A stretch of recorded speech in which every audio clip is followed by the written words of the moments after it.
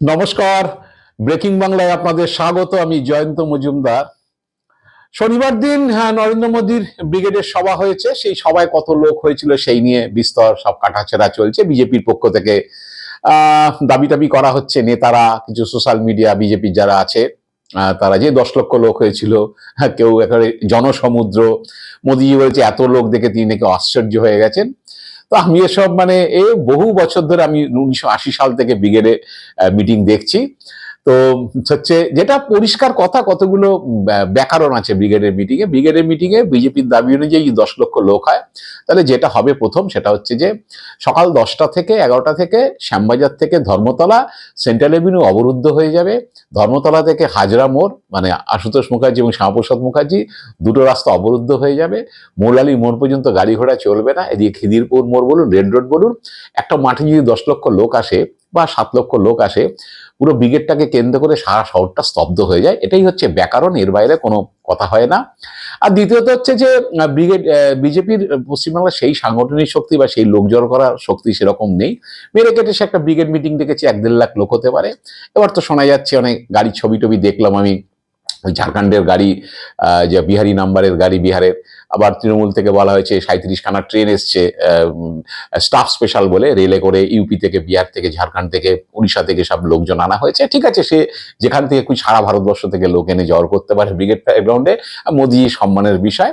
কিন্তু যেটা হয় সেটা হচ্ছে যে এখন একটা ছবির জাগলারি হয়, যেখানে দেখবেন যে মঞ্চ হয়, মঞ্চের পরে একটা বিরাট একটা ডি করে দেওয়া হয়। আর প্রধানমন্ত্রী টন্ত্রী থাকলে তো সেটা জায়গাটা অনেকটা বাড়ে, কারণ হচ্ছে এইসব নেতারা থাকলে যাতে কেউ অতর্কিত আক্রমণ করতে না পারে বা কিছু হয়, একটা বড় জায়গা ফাঁকা ছেড়ে দেওয়া হয়। তারপরে যে ভিড়টা হয় দেখবেন 50,000 লোক হোক, 1 লাখ হোক, একটা চাঙ্ক একটা গ্যাদারিং হয়। সেই ছবিটাকে তুলে নানান রকম ভাবে সোশ্যাল মিডিয়াতে প্রচার হয়।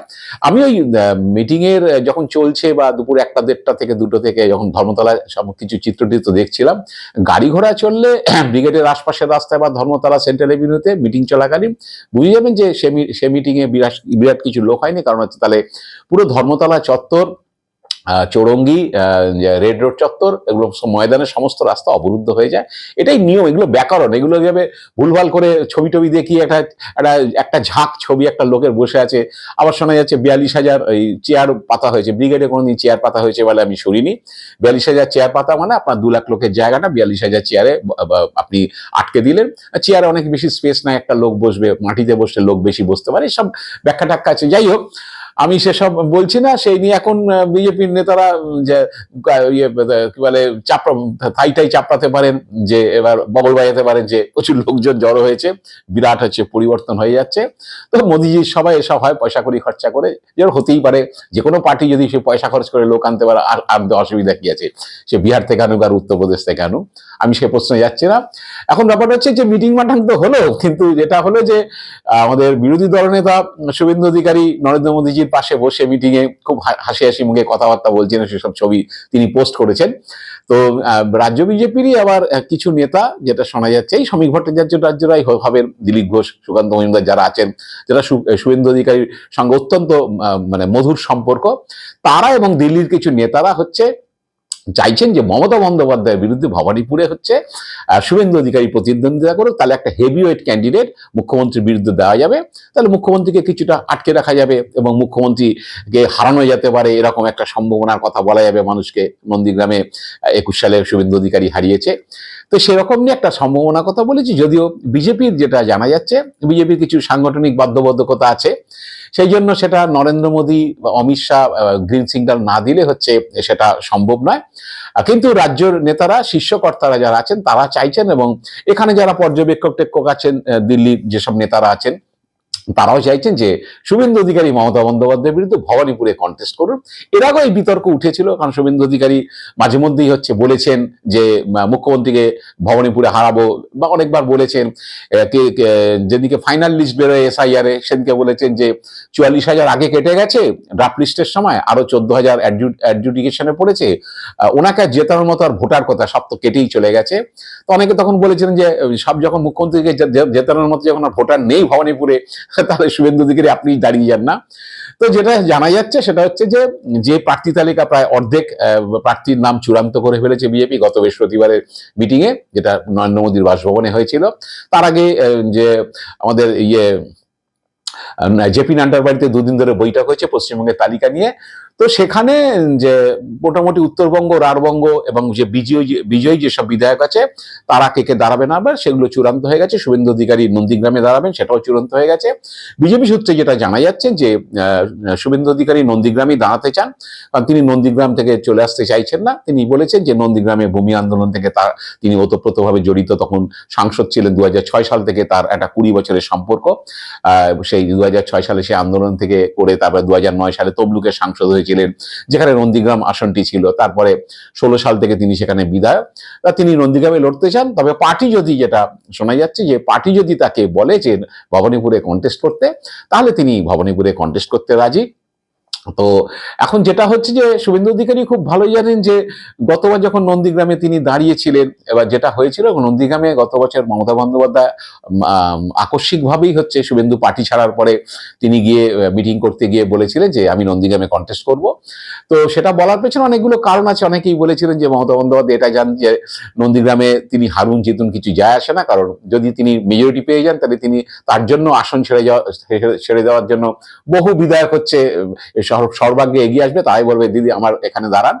তো তিনি কন্টেস্ট করেছেন, কিন্তু তাতে যেটা হয়েছে যে পূর্ব মেদিনীপুরের যারা তৃণমূলের লোকরা ছিল তারা একটা সাহস পেয়েছিল যে আমাদের জেলাতে এসে মুখ্যমন্ত্রী কন্টেস্ট করছেন। কিন্তু নন্দীগ্রামের কর্মীদের বা নেতাদের একটা অসুবিধা হয়েছিল।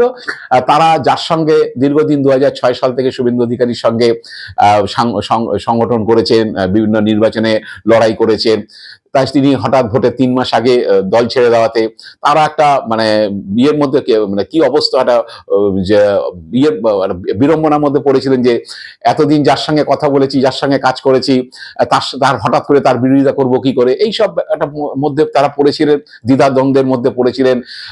তারা বিজেপিতে চলে যাবেন নাকি তৃণমূলেই থাকবেন, তৃণমূলে থাকলে শুভেন্দু অধিকারী কিভাবে বিরোধিতা করবেন, এইসব ব্যাপার ছিল। এবং অনেকে বলছেন যে না, শুভেন্দু অধিকারী হঠাৎ করে বিজেপিতে গিয়েও সেখানে তিনি সংগঠনটা মানে তৃণমূলের লোকজন ভাঙিয়ে বা অন্যান্য লোক, বিজেপির পুরনো লোক যারা ছিল তাদেরকে নিয়ে, সিপিএম থেকে আসা কিছু লোককে নিয়ে তিনি রাতারাতি সংগঠন তৈরি করে নির্বাচনে লড়েছেন এবং তিনি জিতে এসছেন, সেটা তার ক্যারিশমা। ভবানীপুরে দাঁড়ালেও হচ্ছে তিনি ভালো লড়াই দিতে পারবেন, কারণ শুভেন্দু অধিকারী ভবানীপুরে গত 1 বছর ধরে আসছেন, মন কি বাত অনুষ্ঠান শুনছেন, এখানে যে কিছুদিন আগে কর্মী বৈঠক করেছেন, আমাদের হচ্ছে ওয়ার রুম খুলেছেন তিনি, এবং বলেছেন ভবানীপুর আসনটা হচ্ছে একেবারে দারুণ সিট বিজেপির জন্য, প্রচুর অমাগেলি ভোটার আছে। তো এটাও ঠিক। আবার ভবানীপুরে দক্ষিণ কলকাতা কেন্দ্রের মধ্যে শুভেন্দু অধিকারী এটা খুব ভালো জানেন যে দক্ষিণ কলকাতা কোনোদিন মমতা বন্দ্যোপাধ্যায়কে মুখ ফেরায়নি, এবং হচ্ছে মমতা বন্দ্যোপাধ্যায় যখন কন্টেস্ট করেছেন লোকসভাতে, ভবানীপুর বিধানসভা ক্ষেত্রে হচ্ছে তৃণমূল খারাপ করেছে অনেক সময় দেখা গিয়েছে। হয়তো তৃণমূলের ক্যান্ডিডেট দক্ষিণ কলকাতায় জিতেছেন, কিন্তু বিজেপি পার্টিকুলার ভবানীপুর আসনটাতে বেশি ভোট পেয়েছে, কারণ হচ্ছে গুজরাটি ভোটার আছে, বিহারি ভোটার আছে, উড়িয়া ভোটার আছে, পাঞ্জাবি ভোটার আছে। তো পরবর্তীকালে যখন মমতা বন্দ্যোপাধ্যায় কন্টেস্ট করেছে সেসব রেজাল্ট ধার পাশে আসেনি। বিজেপি যে ওয়ার্ডগুলোতে লোকসভাতে জিতেছে, 3টে ওয়ার্ডে কি 4টে ওয়ার্ডে, সেই ওয়ার্ডে মমতা ব্যানার্জি হিউজ মার্জিন পেয়ে জিতে গেছেন। কারণ হচ্ছে মুখ্যমন্ত্রী হিসাবে কন্টেস্ট করলে বা এই লোকটি জিতলে মুখ্যমন্ত্রী হবেন, এইরকম একটা অবস্থা হলে, এটাই শোনা যাচ্ছে। যাই হোক, সেটা দিলীপ কাটাতে পেরেছেন, তিনি খড়গপুর সদরের আসনটাকে নিশ্চিত করতে পেরেছেন। তো শুভেন্দুকে এখন ওরাই আবার চাইছেন যে শুভেন্দু আসুক ভবানীপুরে এসে, তাদের মনে করছে যে যদি বাপের বেটা এখন ভবানীপুরে এসে মমতা বন্দ্যোপাধ্যায়কে হারিয়ে দেখিয়ে দিন আপনি কত বড় নেতা, এই জন্য তারা চাইছে। আসলে তারা চাইছে যে শুভেন্দু এসে একটুখানি দক্ষিণ কলকাতার মাটিটা বুঝুক, ভবানীপুরের মাটিটা বুঝুক, কারণ ভবানীপুরের ভোটটা যখন মমতা বন্দ্যোপাধ্যায় দ্বারা তখন একটু অন্যরকম হয়, সেটা বিজেপি নেতারা জানেন। যাই না এখন শেষ পর্যন্ত অমিত শাহ মোদী কি সিদ্ধান্ত নেবেন, শুভেন্দুকে 2 জায়গাতেই দাঁড় করাবেন কিনা, মানে নন্দীগ্রামে এবং ভবানীপুরে। তবে নন্দীগ্রামে দাঁড়ালে ভবানীপুরের লড়াইটা শুভেন্দুর কিন্তু অনেকটাই পিছিয়ে পড়বেন, কারণ সকলেই জানবে যে উনি নন্দীগ্রামে কন্টেস্টটা করছেন, এখানে এসছেন একটুখানি মমতা বন্দ্যোপাধ্যায়ের বিরুদ্ধে একটা হেভিওয়েট ক্যান্ডিডেট দিতে হবে, একটা নামজাদা ক্যান্ডিডেট দিতে হবে, সেই জন্য লড়াইতে এসছেন। এখানে তিনি জিততে আসেনি, কারণ তার আসন হচ্ছে নন্দীগ্রাম, সেখানেই তিনি হচ্ছে কন্টেস্ট করছেন। যদি নন্দীগ্রাম ছেড়ে এসে ভবানীপুরে দাঁড়া, সেটা একটা বিরাট সিগনিফিকেন্ট বিষয় হবে, জানি না সেটা হবে কিনা। তো এখন সবটাই মোদিজি, অমিত শাহ কি সিদ্ধান্ত নেবে তাই জন্য আমরা ওয়েট করছি, কারণ দক্ষিণ কলকাতা মমতা বন্দ্যোপাধ্যায়ের বিরুদ্ধে নাকি প্রার্থী তালিকা, যে প্রথম যে প্রার্থী তালিকা বেরোবে সেখানে নাকি ভবানীপুরের নাম ঘোষণা করে দেওয়ার কথা। কারণ মমতা বন্দ্যোপাধ্যায়ের বিরুদ্ধে বা অভিষেক বন্দ্যোপাধ্যায়ের বিরুদ্ধে প্রার্থী ঘোষণা দেরি হওয়াতে বিজেপি প্রার্থীরা অনেকটাই পিছিয়ে যান লড়াইয়ের থেকে। গতবারও লোকসভা ভোটে হয়েছে অভিষেক বন্দ্যোপাধ্যায়ের বিরুদ্ধে দীর্ঘদিন ধরে নাম ঘোষণা হয়নি। তো এইসব নিয়ে বিজেপির মধ্যে চর্চা আছে, তো এবার নাকি তাড়াতাড়ি নাম ঘোষণা হয়ে যাবে। দেখি প্রথমবারের তালিকা বিজেপি আর কয়েকদিনের মধ্যেই বার করবে, সেখানে ভবানীপুর আসনে শুভেন্দু অধিকারীর নাম থাকে কিনা, বা একই সঙ্গে নন্দীগ্রাম এবং ভবানীপুরে দুটো জায়গাতেই নাম থাকে কিনা, অপেক্ষায় আছি। আজ এ পর্যন্তই। আপনারা ভালো থাকবেন, সুস্থ থাকবেন, নমস্কার।